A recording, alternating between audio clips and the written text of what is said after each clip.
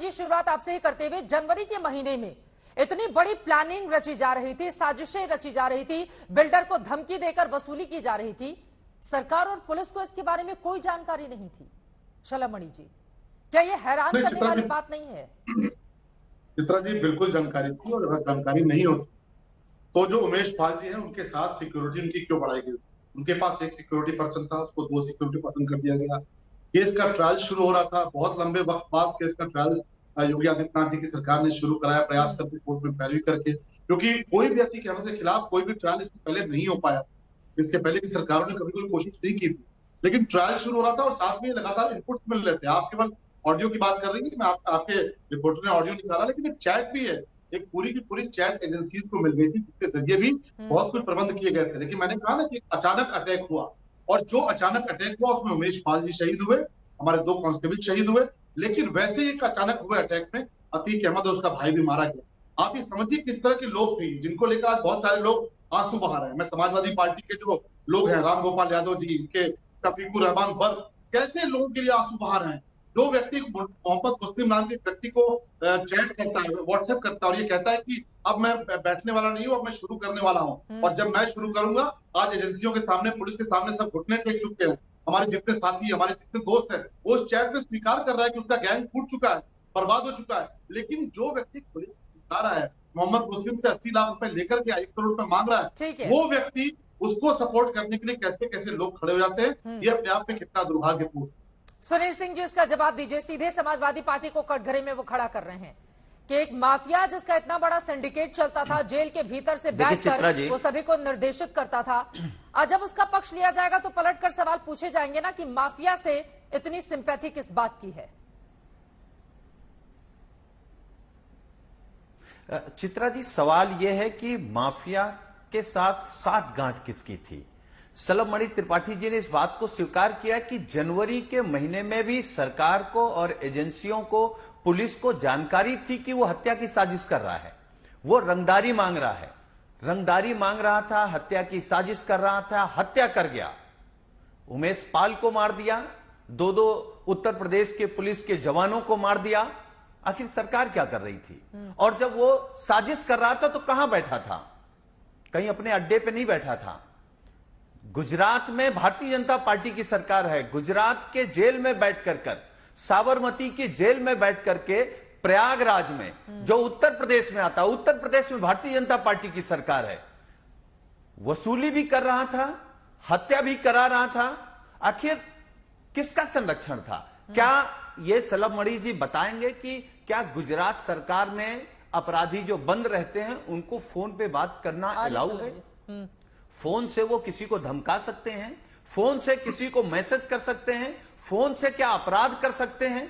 उस पर नहीं बात करेंगे। देखिए, समाजवादी पार्टी ने सवाल ये नहीं उठाया कि अतीक अहमद मर गया। सवाल इसलिए उठ रहा है कि कोई भी पुलिस कस्टडी में अगर मरेगा तो सवाल नहीं उठेगा क्या?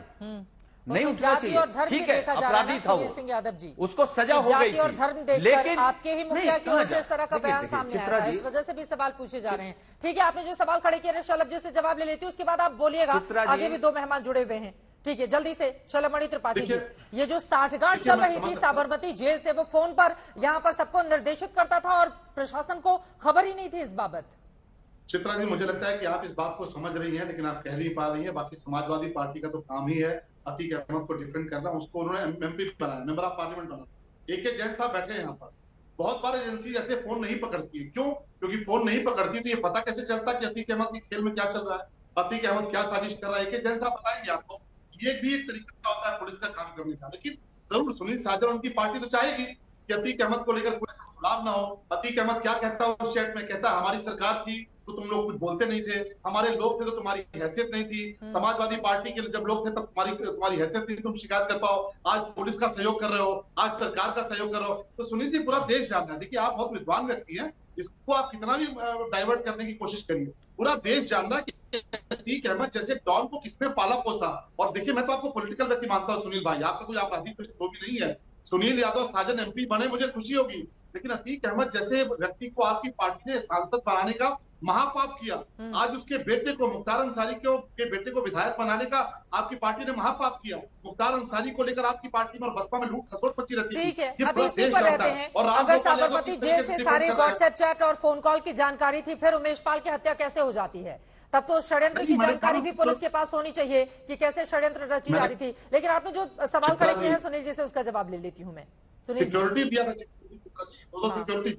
देखिए चित्रा जी, मैं सलभ भाई के हर सवाल का जवाब देने को तैयार हूं और मैं उम्मीद करता हूं कि वो हमारे भी सवाल का जवाब देंगे जो जनता जानना चाहती है। अच्छा, आपने कहा कि समाजवादी पार्टी ने एमपी बना दिया, एमएलए बना दिया। आपको आंकड़े मालूम है? आप जिस सदन में हैं, विधानसभा में भारतीय जनता पार्टी में जो विधायक हैं, 37% विधायकों पर आपराधिक मुकदमे दर्ज हैं। हम उस पर नहीं जाना चाहते। हम केवल भारतीय जनता पार्टी से, सरकार से सलभ भाई ये जानना चाहते हैं, जिस जनपद से आप विधायक हैं उसी जनपद में यही अतीक अहमद बंद था और लखनऊ से एक व्यापारी का अपहरण हो जाता है, वो जेल में जाता है, जेल में पिटाई होती है, उसका वीडियो वायरल हो जाता है। तब समझ में आता है कि अभी भी सरकार का संरक्षण है। तो कैसे कह सकते हैं कि पुरानी सरकार में वो गुंडा था और आपकी सरकार में साधु हो गया था? आखिर कौन लोग हैं जो फेस टाइम पर बात करते थे? आपका कौन नेता है जिसने 5 करोड़ रुपए लिए थे? कौन लोग हैं जो संरक्षण दे रहे थे? अगर उसकी हत्या नहीं हो जाती तो सारे आपके चेहरे जो सरकार में शामिल हैं, जो मददगार थे, जो अधिकारी थे, उनको सबको जेल होती। कौन है 5 करोड़ वाला नेता? बार बार आप लोग सवाल उठा रहे हैं सुनील जी। मैं तो जानना चाहता हूं ना, फेस टाइम पर। अच्छा, उसकी बहन ने किस इनके मंत्री पर आरोप लगाया कि उन्होंने 5 करोड़ रुपए लिए, वापस कर दे? क्या सलभ भाई नहीं जानते? आप नहीं जानती? देश का मीडिया नहीं जानता? उत्तर प्रदेश की सरकार नहीं जानती किसकी साठगांठ थी? फेस टाइम पर इनका कौन बड़ा नेता बात करता था? हमें तो जानकारी नहीं है, लेकिन हम आज तक के कार्यक्रम के माध्यम से जानना चाहते हैं अगर आपके किससे बात करते हैं। तो आप नाम लेने से क्यों बच रहे हैं? ये सवाल बड़ा है ना, लेकिन आगे विस्तार देते हुए बाकी दो नामों को भी लेकर आना चाहूंगी। आ रही हूँ शलभ जी, एक जल्दी से बोल लीजिए। देखिए, मैं तो सिर्फ इतना कहूंगा कि देखिए, अतीक अहमद को किसने पाला पोसा और अतीक अहमद को किसने बर्बाद किया, ये देश देख रहा है। आज अतीक अहमद अगर बर्बाद हुआ है तो मानवाधिकार आयोग के दरवाजे पर फूट कर रुदाली गैंग पहुंचा हुआ है, उसमें समाजवादी पार्टी भी है, शफीकुर रहमान बर्क भी। हमें प्रमाण देने की आवश्यकता नहीं है। और आप में अगर साहस है तो नाम देकर बताइए कौन पैसा लिया, क्योंकि अभी चित्रा जी के सवालों से आप बच रहे हैं। ये झूठ बोलने से काम नहीं चलेगा। अतीक अहमद आज जिस स्थिति में पहुंचा है, उसके लोग जिस स्थिति में पहुंचे हैं, उत्तर प्रदेश की योगी आदित्यनाथ जी की सरकार के चलते पहुंचे हैं। ये पूरा देश जान रहा है।